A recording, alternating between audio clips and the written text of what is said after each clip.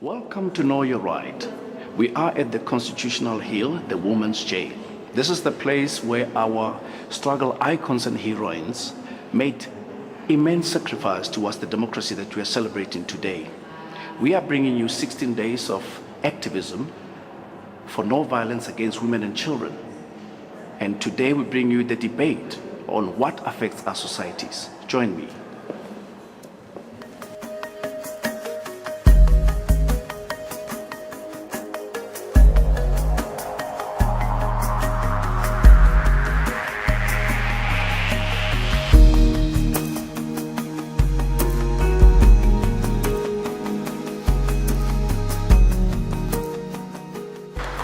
It is the time of the year when we as South Africans commemorate 16 days of activism for no violence against women and children.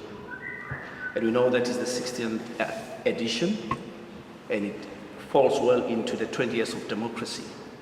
So we're going to have a public debate on issues. And I suppose it's only appropriate for me to get straight into the issues, where I welcome my panelists, where we're having Re Mfanozwile Shozi, Lisa Vettel. Maybe we should start by defining the word itself. And I want to hear from you exactly, what does this word mean, femicide? The basic definition, and people that are using, more especially feminists, is that the women are being killed by male partners just because they are females. What are the general causes of femicide? Well, I'm going to focus, I think, specifically on intimate femicide, which is when women are killed by their intimate male partners. I think the other forms of femicide, such as rape, homicide, are perhaps a slightly different discussion, and maybe we don't have the time for them today, but you can tell me that. Mm-hmm. But if you focus on intimate femicide, and I think the reason we should focus on it in South Africa, is that it's the most common way in which women are murdered. That approximately 57% of women who are murdered in South Africa are murdered by their intimate male partners. So it's the leading cause of death. And it's the reason why I think we should focus on it.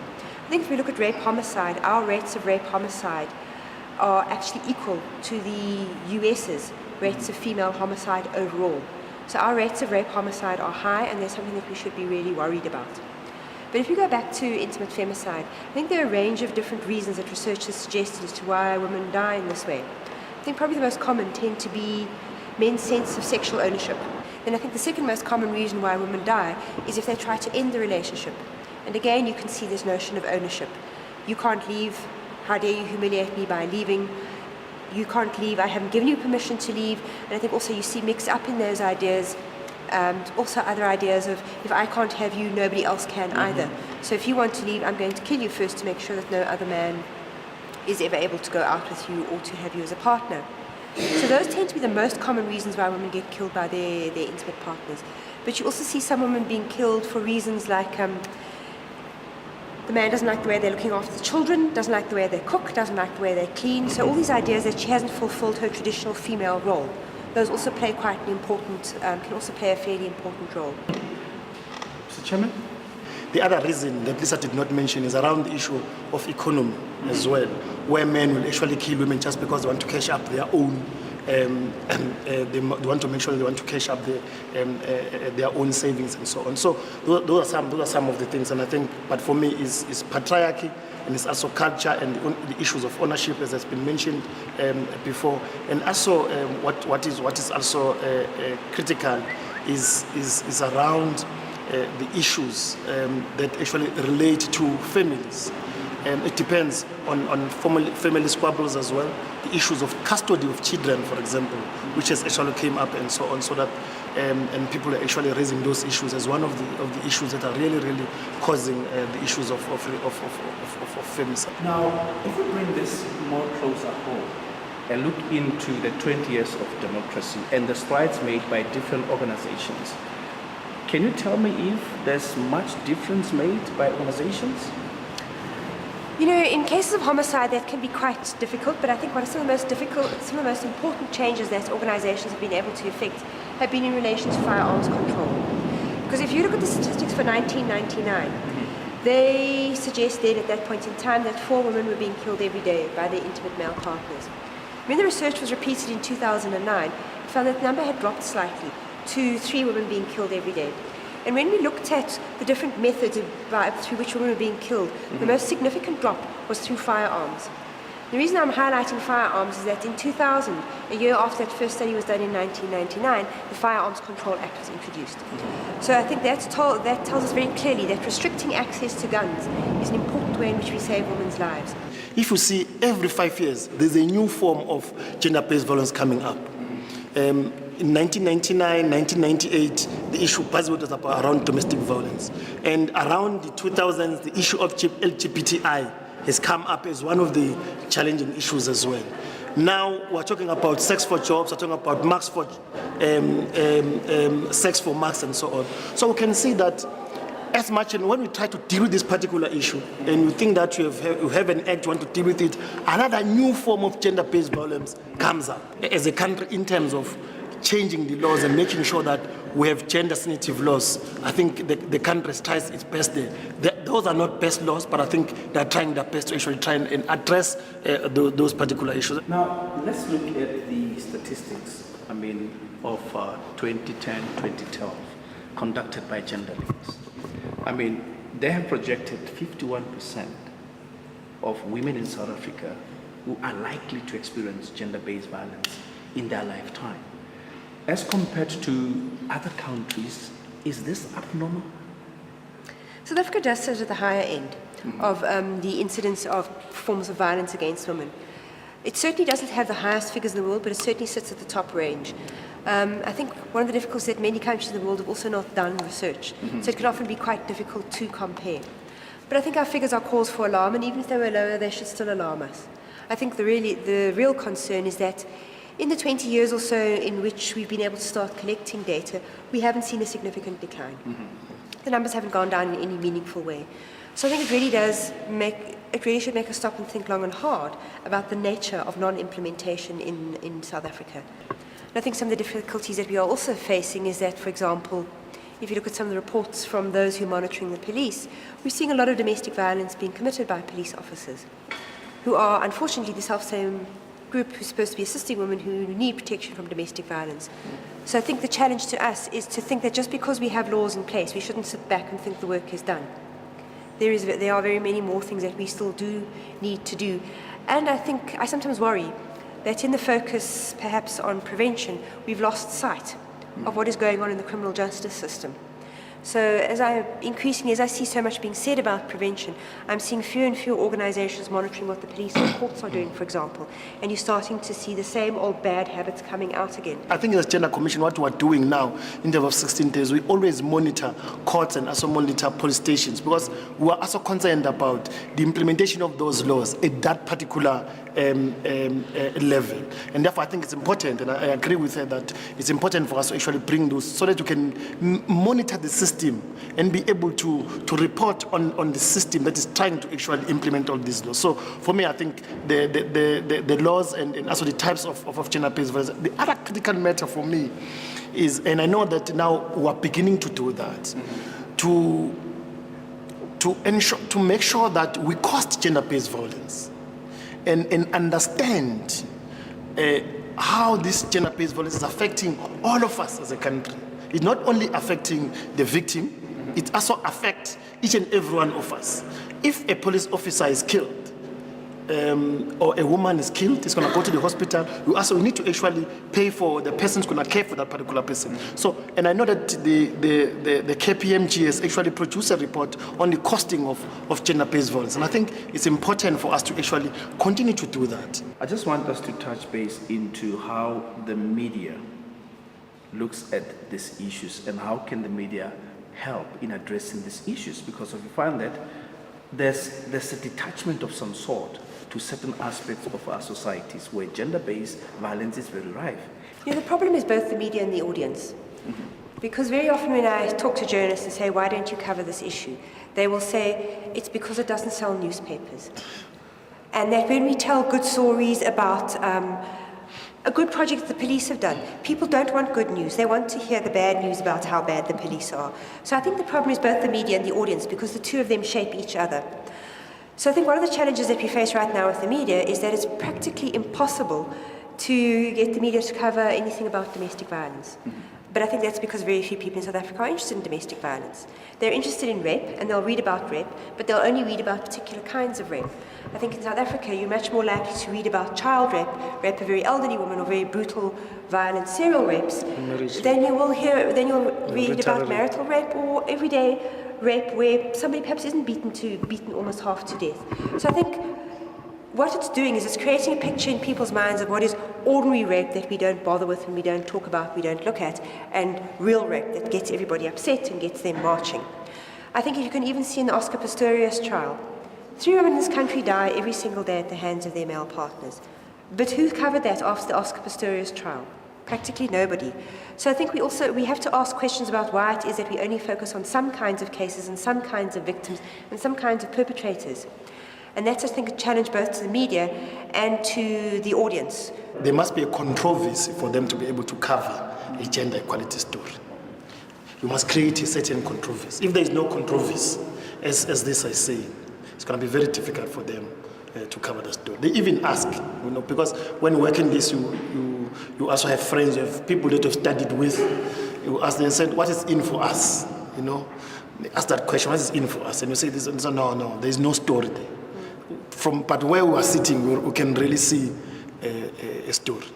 A story for them is what is happening in Parliament. So, and the entire media is going to go to Parliament forgetting about the entire country, what is happening in the deepest rural areas of Malamulele. This is the time when we take the break. This has been the first segment, and when we come back, we'll be welcoming Love Life, and other institutions. Then we'll take the second segment, and we'll go back into the audience where we'll be taking questions, and you'll be asking the panel. Now, it is an honor and privilege for me to welcome Ausi Ngala from Lifeline, based at Ekaya Letemba, which is housing most of the victims of the gender-based violence. Now, I just want you to give us a bit of a background on what you guys are doing on the ground. At Lifeline, we're doing counseling for victims of domestic violence and rape. And also there's a 24-hour line that you can call, which is 0800 150 150. Then I'm based at Ekaya Letemba, which is a shelter for abuse to men and kids. It's a one-stop center where in the shelter you get everything, like you have your police officers, we have medical legal, we have your social workers there, and we have NPA representatives, and we have colleagues from Family Justice Unit, whereby they help the clients to track their cases. If their cases they are closed unaware, we assist them to reopen the cases. Most of the time you find that when the woman talks about the issue of gender-based violence, they'll tell you it started just before the first child. And when you look at that woman that time, she's got 5 kids.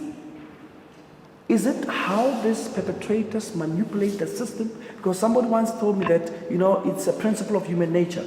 When things are normal, the human beings reproduce, irrespective of what state caused them to be in there. How do you really balance this? Lifeline could assist us. We work with victims. With that effect, I think with us females, we've got a big heart. Mm-hmm. We stay. I can see we stay even if it's hard. You can start abusing me today. I'll forgive you, thinking that you'll change. Whereas the situation will go worse. In social work, we've got a cycle of abuse, whereby it all starts in honeymoon stage. Everything is going well. You're all loving, you're coming back at home in time. You call me names that are nice. Sweetie. Yes. Mm-hmm. Then it goes way to the next level, whereby this abuse is building up. And when it's building up, you think that he will change. Probably I did something wrong. And usually we blame ourselves that we didn't do right. Probably I made him angry. That's why he is acting like that.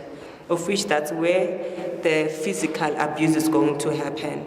And when it happens the first time, you forgive him. It happens the second time, you report it to the family members, probably to my in-laws or my family members, and they'll just tell me that you have to stay even if it's hot. Then it goes beyond. And the other factor is that when this abuse is happening and you've got those 5 kids, the children are watching. In as early as 2 years, the child sees what's happening and they get affected about this. Some of them, they grow up to be abusers. Some of them, they don't perform well at school because they've experienced this abuse and they haven't got any counseling. And in most cases, as black people, we don't believe that our kids need to go under counseling, of which they are really damaged psychologically. Let's come into the interventions from your organizations to curb this gender-based violence. Well, in our organizations, we do awarenesses in communities and in schools, because we believe that if you see a child react in school, probably there is a problem at home. So that's how we are trying to capture most cases of domestic violence, because most of the people do not report domestic violence cases. And if they report them today, tomorrow they'll go back to the police station and ask the police officers to drop the cases. And with victims of domestic violence, at Ikale Temba, we capture them for 6 months, like I have said before. And we do have specific programs that we run for them, therapeutic programs, so that when they leave the shelter, at least they will take conscious decisions when they want to go back to the perpetrator or not. The list is very long for the Commission for Gender Equality, and I will map it out according to the Commission for Gender Equality mandate. As a Commission for Gender Equality, we are empowered to provide education on gender equality matters. As a commission, that's why we're here today. We educate people about gender-based violence, the effects, and what is gender-based violence, what is the need to do to curb, to prevent it, to report it. That's part, which is the education program that we do as a commission. And again, as a commission, we have research department. In the research department, that's where we check the extent of gender-based violence. And we do that by actually commissioning a number of research projects. For example, the researchers were pulling me to say, you must talk about this research chairperson. One of the research that we've actually done, the commission, the South Africa in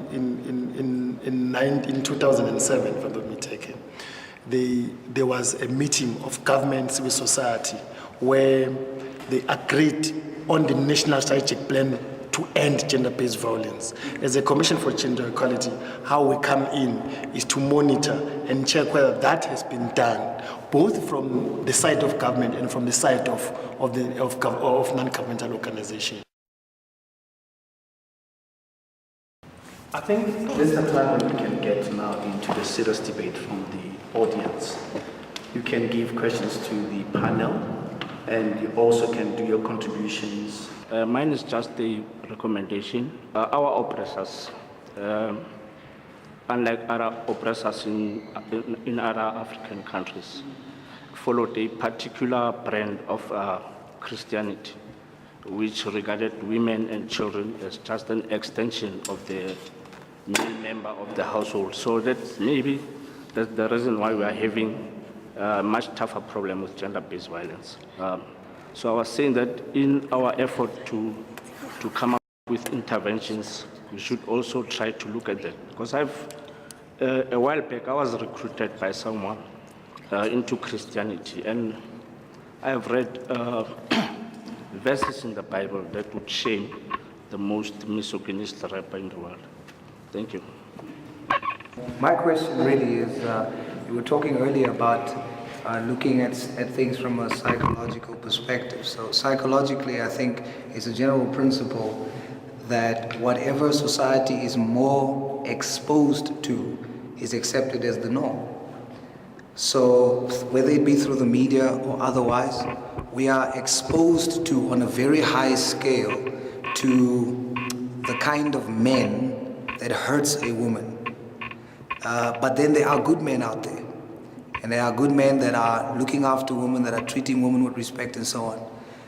But we are not exposed on the same degree or to such a man in the media and otherwise. So my question is there any efforts to look at strategies that on a national scale, the ideal man is celebrated as well, that we don't magnify the negative men only or the men that abuse us, but is there some efforts to sort of magnify the existence of the kind of men that we are actually looking for and celebrate such men in the media and other platforms? The problem with the society today is I think we're a bit hypocritical about certain things and certain things that happen within the household. For instance, we're hearing this story now about Bill Cosby and his escapades with the women are coming up, and a lot of women are coming up now to lay claims of sexual abuse by him.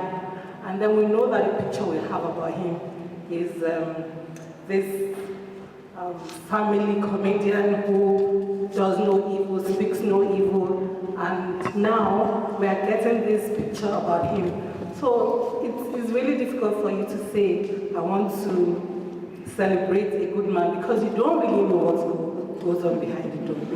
I just want to ask, you talk about the prevention measures that you're taking, that is the CGE. Now I want to know is, we know about the theoretical prevention measures that you're taking, the X and all the X that you mentioned, but now, like, we want to know about the practical interventions that you're doing. Like, for example, this one that we're having the discussion in the panel, but what are other practical interventions that you're doing? What is it that we do on the ground to reduce gender-based violence? There's one department I did not mention that was deliberate. Our legal department is the department that is on the ground to take cases of gender-based violence from the public. So we have a number of cases that we get from the public that we need to resolve as an institution. I think that's one of the interventions that we do. But again, as we have said, in terms of monitoring, we go to courts and monitor. We also advise institutions on gender equality matters, and so that at least they're able to actually change their own issues.